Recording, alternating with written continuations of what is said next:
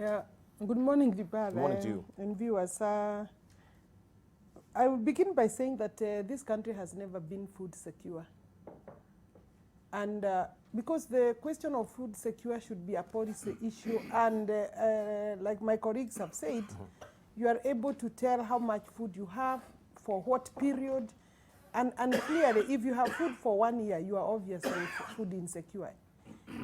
I thought the news or the headlines were talking about a drought. Yes.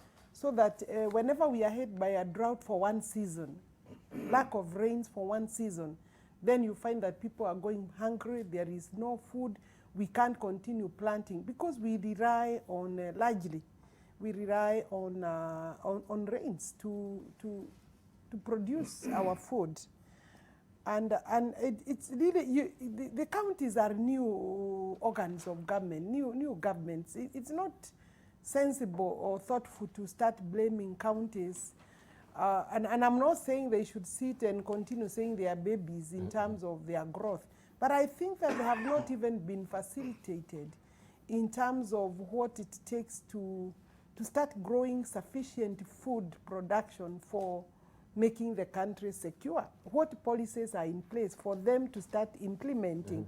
Policy development and standards and quality is a function of the national government. Yes. And that's why we are here referring to the Garana irrigation scheme. When the Jubilee Manifesto went round in 2012, it promised to irrigate more than 1 million acres.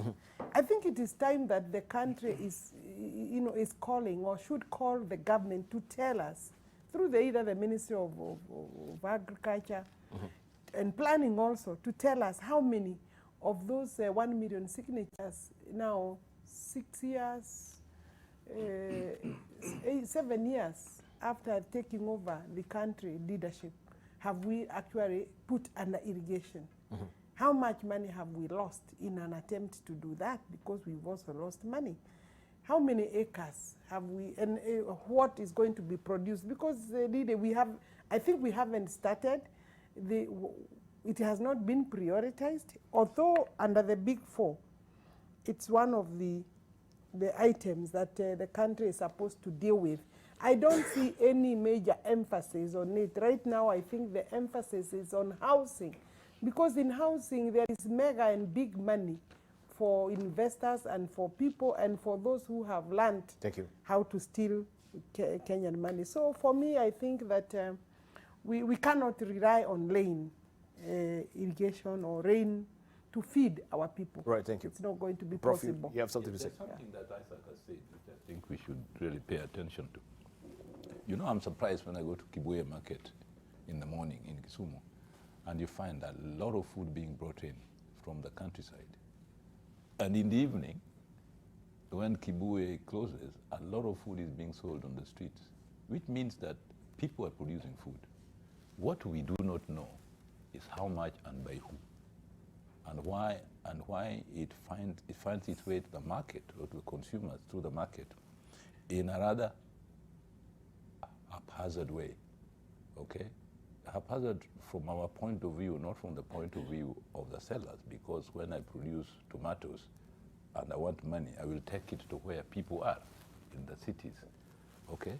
Now, if we had the data, county by county, product by product, then as governments, both national and county, we could have intervened to have these people access markets in a much more structured manner, and therefore not risk food wastage because you have gone in the evening to sell your food on the streets and you didn't manage and you don't have refrigeration, therefore you go back home and maybe just distribute it because you can't keep it anymore. So this disorganization, I think, in the nation in terms of food production, access to market and food waste, I think is something that we should have a joint meeting with the national government as counties, since agriculture, as Alice said, is now a county function, but the counties may not have been there for long enough to develop this whole thing.